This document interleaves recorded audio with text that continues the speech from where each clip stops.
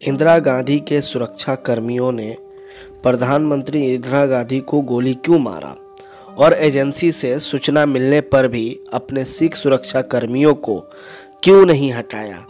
आइए आज जानते हैं। आज इंदिरा गांधी का जन्म दिवस है और आज कांग्रेस के साथ साथ भारत के सभी वर्गों के लोग उनकी महानता को सलाम करते हैं।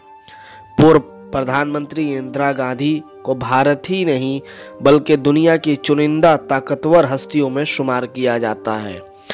इंदिरा गांधी में भी एक ऐसा नाम है जिन्हें उनके निर्भीक फैसलों के चलते लौह महिला कहा जाता है। जवाहरलाल नेहरू और कमला नेहरू के यहाँ 19 नवंबर 1917 को जन्मी कन्या को उसके दादा मोतीलाल नेहरू ने इंदिरा नाम दिया और पिता ने उसके सलोने रूप के कारण उसे प्रियदर्शनी भी जोड़ दिया। 1984 का दौर राजनीतिक दृष्टि से बेहद उतार चढ़ाव से भरा था। पंजाब में सिख कट्टरपंथियों के चलते तनाव चरमपंथियों ने डेरा जमाया हुआ था।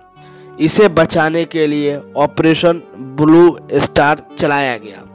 इससे सिखों में इंदिरा के खिलाफ आक्रोश पैदा हो गया था। उन्हें जान से मारने की धमकियां भी मिली।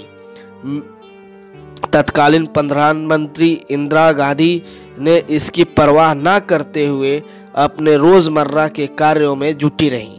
इंदिरा गांधी के बारे में कहा जाता है कि वो एक मजबूत इरादों वाली महिला भी यही कारण था कि सुरक्षा एजेंसियों की सलाह के बाद भी उन्होंने अपने सिख अंगरक्षकों को नहीं हटाया।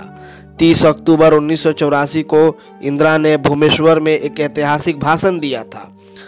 कहा जाता है कि उनके तेवर उस दिन बदले हुए थे। लिखे भाषण से अलग उन्होंने बड़ी बेबाकी से कहा, मैं आज यहाँ हूँ, कल शायद ना रहूँ, मुझे चिंता नहीं मैं रहूँ या ना रहूँ। भाषण देने के बाद इंदिरा राजभवन लौट गई। सोनिया गांधी के मुताबिक उस रात वो बहुत कम सो पाई थी। 31 अक्टूबर 1984 तकरीबन सुबह 7:30 बजे तक इंदिरा गांधी तैयार हो चुकी थी। वो आरके से पूरे दिन की प्लानिंग के बारे में डिस्कस कर रही थी।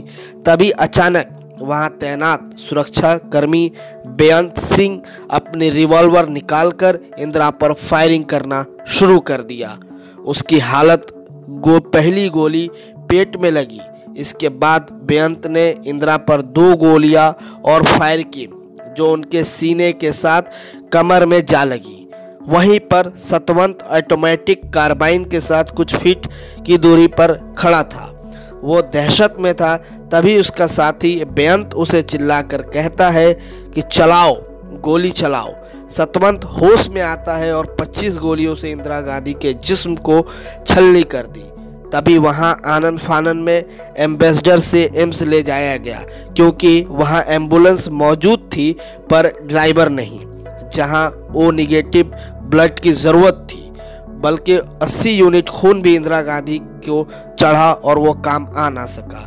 इस तरीके से उस दिन उन्होंने इस देश को अलविदा कह दिया। आप देख रहे थे हिंदराज.com, खबर वही जो आपके लिए सही। अगर आपको खबर अच्छी लगी हो तो कमेंट करें, शेयर करें और सब्सक्राइब करें।